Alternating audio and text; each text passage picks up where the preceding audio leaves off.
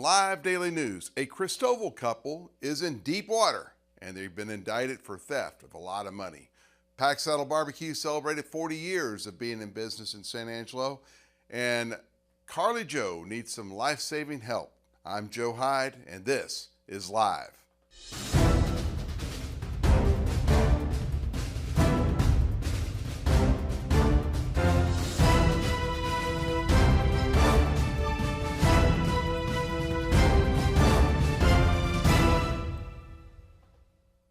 We'll get to the news in a minute, but first, here's a word from Mammoth Roofing.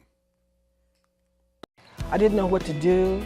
I had major hail damage, and I didn't know where to file a claim or call a roofer, and I found out about Mammoth. I chose Mammoth. They helped me through the process. They were priced right, and that's why I chose Mammoth. Kicking off the news, San Angelo has a lower unemployment rate than the state average. The San Angelo unemployment rate is 3.3%, and that is lower than the statewide average of 3.8%. The San Angelo Metropolitan Statistical Area, which is called the MSA, increased the number of workers employed by 1.92% between May 2023 and May 2024, or from 54,972 workers in May of 23 to 56,025 workers in May of 24. At the same time, the unemployment rate dropped from 3.5% last year to 3.3% in May of 2024. San Angelo is not the only hot job market in Texas. The Midland MSA had the lowest unemployment rate among Texas MSAs, with a not only seasonally adjusted rate of 2.4% in May, followed by Amarillo, which had a 2.8% unemployment rate, and then Bryan College Station. That MSA was at 3.0% unemployment. The highest paying professions in San Angelo are, in order, financial managers, pharmacists, and industrial production managers, all with annual salaries above $120,000 per year. The occupations seeing the greatest growth as far as positions open are food preparation and serving, office administration and support, and sales reps. We need sales reps here too. So the data show that San Angelo is a great place to have a career.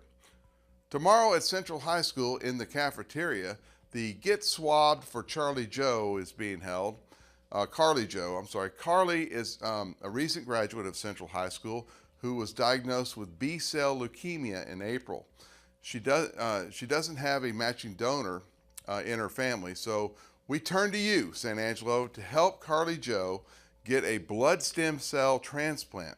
Signing up as a potential donor is free and only takes minutes, and if you are a match, you'll fill out a form and swab your cheek, and anyone in good health between the ages of 18 and 55 are encouraged to head over to Central Cafeteria. It's located at 655 Caddo Street, and this event is being held from 10 o'clock in the morning until 3 p.m. Over 11,000 of you have downloaded the San Angelo Live app. These are the smartest, most informed, and most interesting people in San Angelo. You can get more interesting too by downloading the app. Just go to the the Google Play Store or the Apple App Store and search for San Angelo Live. Download that app. It's free and it keeps you always up to date with San Angelo news. A Christoval couple has been indicted for stealing over 50 grand from someone just looking to beat the summer heat. Rance and Tanya Milliken have been indicted by a Tom Green County grand jury for theft of property between $30,000 and $150,000. The Millikens are the owners of Deep Blue Pools, and they signed a contract with the victim to construct one on the man's property. He even paid $52,000 in advance. In return, Rance and Tanya never started the work, and when a civil lawsuit was filed, Rance told the victim he didn't have the money, as unexpected expenses took their toll. Well, bank records show the expenses were at H-E-B, Walmart, paying off a credit card, and eating out at restaurants like Buffalo Wild Wings and Applebee's. And anyway, Rance and Tanya were arrested on December 19th of last year and released the next day on a $30,000 bond each. Today, we got some good news in business. The Packsaddle BBQ out there on Knickerbocker Road toward the airport celebrated 40 years of serving San Angelo. The newest owners, Don and Tracy Kinnemer, also celebrated owning the restaurant for the past 3 years. A ribbon cutting ceremony was held at Packsaddle, and the family and the Packsaddle crew, they all brought their vintage vehicles, so they kind of had a car show there. The Kinnemers recognized the owners before them had done a fantastic job of creating Packsaddle and keeping it running for as long as they did, and they're excited to continue all that hard work before them, and they're honored to be a part of something as incredible as Packsaddle has been. 40 years, Knickerbocker Road. Into weather. The storms have come and gone, and the heat returns to San Angelo and the Concho Valley. In the Concho Valley, the high today, man, it was still kind of hot, and I'm wearing a long sleeve shirt. Anyway, the high today was 93 with a low of 70. That's what they're expecting to have tonight, 70 degrees. Tomorrow the high reaches 96, so it's going to be a little hotter tomorrow, but the lows once again drops to 71 overnight, Saturday night. On Sunday, the high is going to be just under 100 degrees. They're calling it for 99 degrees high, but Sunday night, once again, it's going to be in the mid-70s, a little bit hotter at 74. Starting next week, Monday, the high is going to probably be over 100 degrees.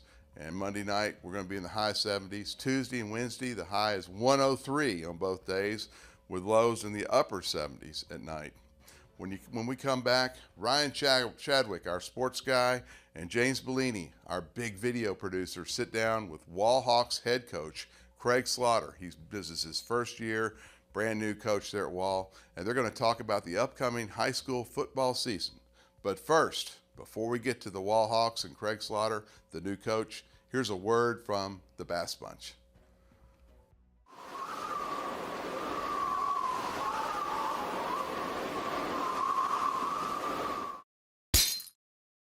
Oh, hail. Yep, we got hail. But some dings and dents mean big discounts for you. We have over 700 cars and trucks at great prices, and they won't last long. Come by Jim Bass Cars and Trucks at the corner of Houston Hart at Arden Road, or shop 24/7 at bassbunch.com. And welcome back, everybody. James Bellini here with Ryan Chadwick and our special guest, Coach Craig Slaughter. How are we doing, Coach Slaughter? Good, man. Summertime, getting ready to gear it up and play some football. All right, absolutely. That's what we're gearing up for, football. Our Cover One coverage is coming back. And Ryan, you got a question for him? Oh, yeah, Coach. I mean, I'm sure we have a ton of questions. First off, you were here in the studio last year as the defensive coordinator. Now you come in as the head football coach of Wall's program. How do you feel about that? Like how has this transition gotten you ready to get out there and take control of the program? You know, I'm a older coach now. You know, I mean, I'm definitely one of the veterans in the profession. You know, I'm over 50 and I've done it, 27, 28 years, whatever it is. It's definitely, in my career, I've been a head coach, AD, for 16, 17 years. Obviously got to work under Coach Gow and a great coaching staff and those great teams I've been a part of. They had a ton of great teams, before I ever got there. But, I grew up with coaches. My dad was a head coach for 30-plus years. My uncle is Jim Slaughter, who was, a very successful coach and AD here in Angelo. So, I've grown up with it my whole life. And again, I've just I'm excited for the opportunity. It's a great program to be a part of. It's a great program and community to lead. And, I expect this to be very successful year after year going forward.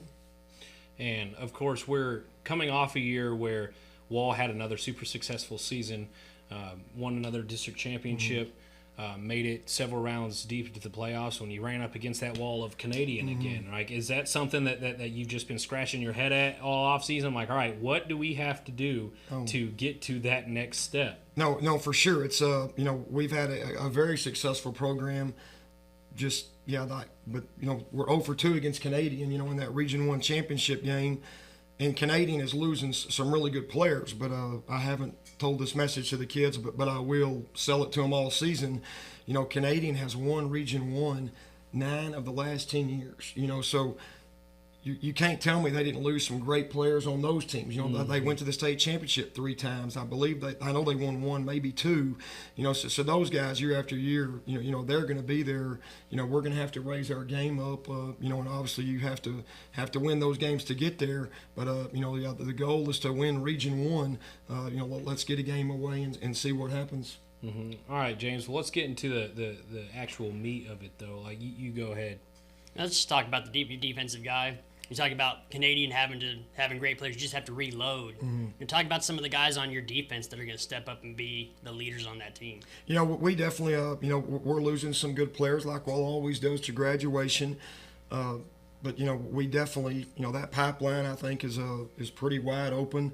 You know, we're returning some kids that have done it multiple years. Rylan White, you know, has been a huge part of our defensive success, you know, ever since he was a freshman. You know, he's going to be a senior now. We return our Mike linebacker, Ethan Mikowitz, who's just one of those tackling machine kids. Return all 4 secondary pieces. Since last year, you know, we had to play district without Ryan Allen, who was a great player for us. So all those pieces that played district in the playoffs, you know, we're all back. Garrett Guy will be one of our linebacker kids that you'll see a lot. But we return, you know, a lot of really good players, and there's a lot of, I think, pretty good players behind them. You know, I think one of Wall's advantages is you better perform and play at a high level because there's a kid right behind you, you know, waiting for an opportunity. Right. You know, waiting for an opportunity to shine. And, you know, I think we're going to have a pretty deep roster. We're going to have a pretty big roster. You know, we have around 45 juniors and seniors, you know, in our program, you know, if they all come out. And sometimes there's a surprise or two. But, you know, I think we'll have a very solid defensive squad once again. All right. What about the offense? I mean, I know you had the offensive line.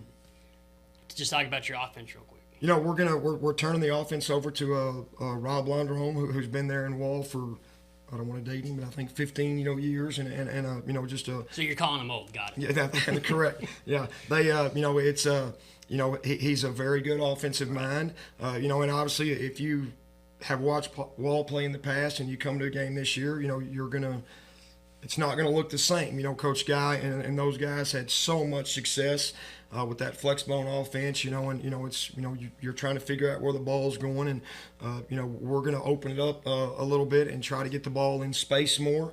You know, we have, again, just some really serious weapons on the perimeter.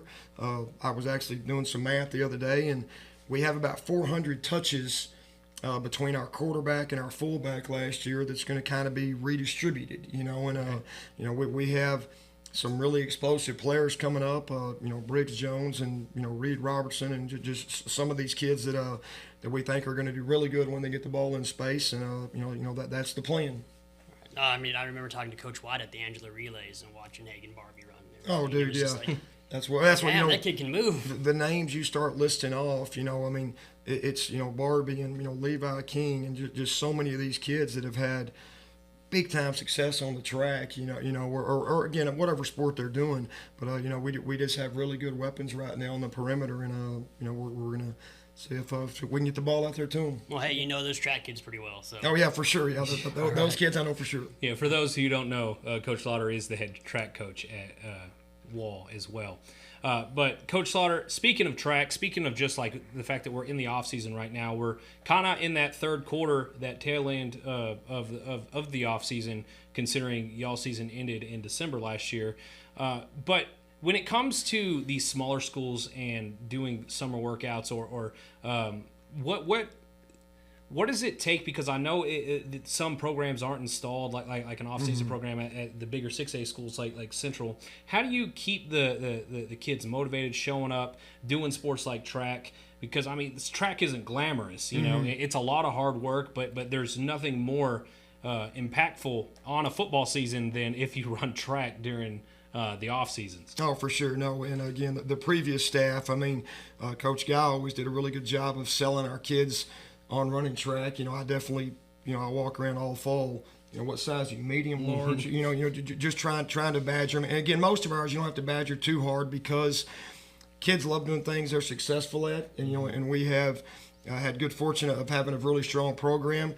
You know, track is all about toughness, obviously speed, and our kids, have that and compete. And, just this time of year, you're hoping you see them keep coming rolling into the locker room and, rolling into your summer program.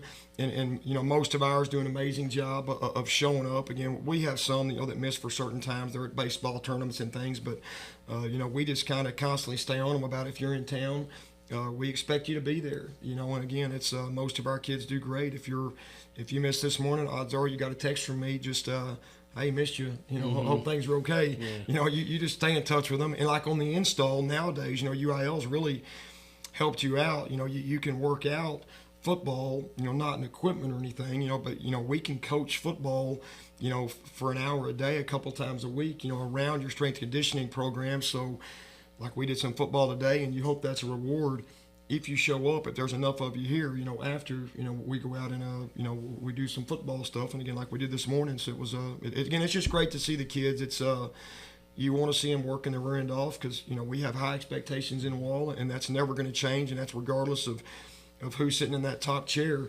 The expectation is we play big time games and we play well in those games. Is that something that you have to worry about, getting the kids to buy in, or are they pretty good? I don't really think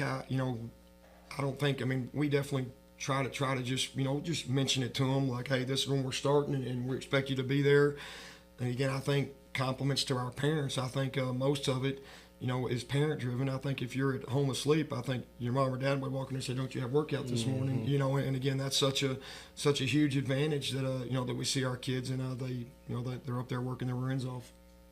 All right, Coach, let's talk about the schedule real quick. Let's just talk about I think you have Mason first, correct? Yeah, we're at Mason first. Yep. Then Brownwood, and then Jim Ned? Yep. All right, let's talk about, that seems like a gauntlet just starting off. Oh, no, it's going to be exciting and tough. My wife always gives me a hard time about I've always been one of those guys that'll play anybody, and especially if I have a strong team, because I think it's how you push your team and you learn about your team, where you want to get to. I hope we don't, but, I would trade a December, win for, or I would trade a September win for a December win if it makes your football team better. And, Mason, I don't know if they beat us 2 of the last 4 or 2 of the last 5, but they're a very, very good small school program. Those guys do a great job.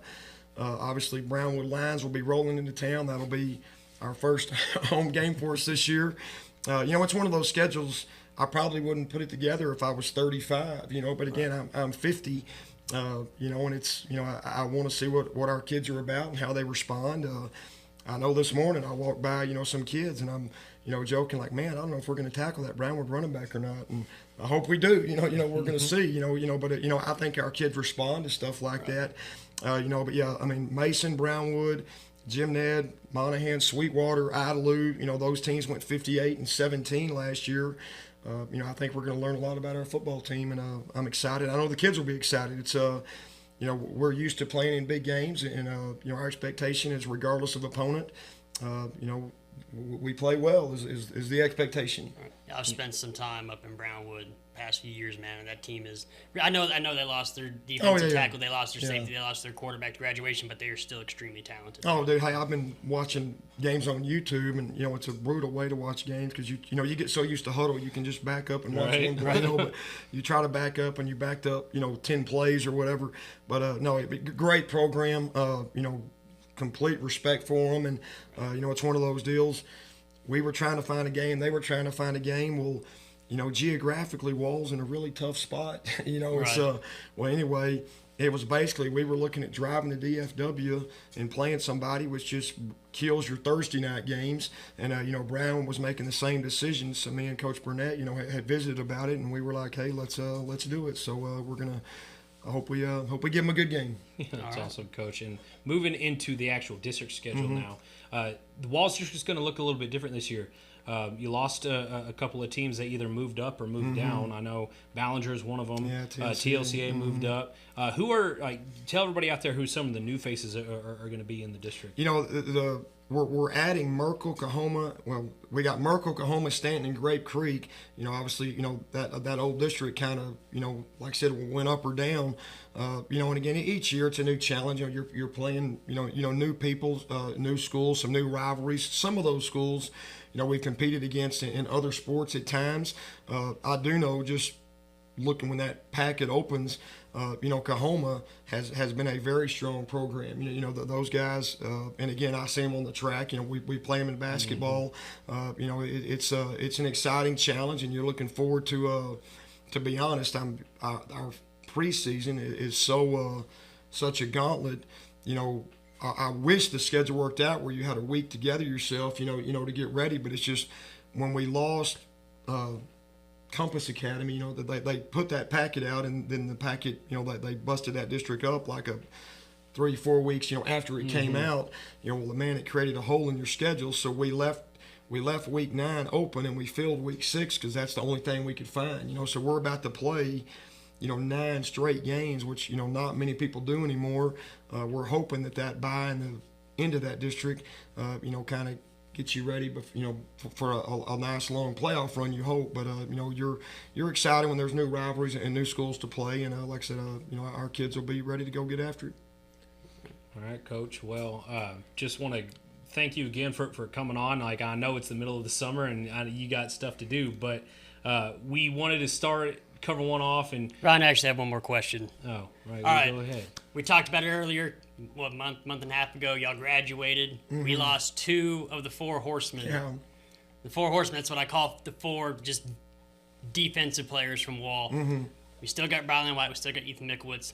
Who are the 2 other guys that are going to fill those spots? Again, I think the advantage of Wall is it's not necessarily, I think when you lose some of those really good players, it's filled by 8 quality quality players around it. I do think our linebacking core is going to be, super strong. And again, the puzzle changes, over time, but you're going to have Brylan on one side. If we played tomorrow night, the other side's a kid named Lane Stansbury that y'all probably seen on the basketball court. He's a 6'4", 6'5", just good-looking high school athlete. All those linebackers, I think, are going to be strong. Our secondary is going to be strong. I really think I don't know if we'll have 4 horsemen, because some weeks this one may not shine because those 2 happen to beat him to the ball. So, I really think it's going to be just a quality guys all over the place, which is a great situation to coach. All right. Very political answer. That's right. That's right. It's kind of like picking your favorite kid. I get it. Correct. All right. That was my final question. All right, now, Coach, I'm going to thank you for coming on, taking time out of your busy schedule. Thank your wife for us for allowing you to spend some time with us. But again, this has been the first episode of our annual off-season coaches interviews. Look forward to more coaches from around the Concho Valley coming on to our show in the future. And guys, football is coming. Like, the countdown's officially started, and it's only a matter of time before we get to 2-a-days. Yeah, when does 2-a-days start, by the way? August 5th. August 5th? Yep. All right. August 5th. It's right around the corner. It's going to be here before you know it. 6 weeks. All right. So, again, I'm Ryan Chadwick. This is my co-host, James Bellini, and special guest, Wall Hawks head coach, Craig Slaughter. Back to y'all.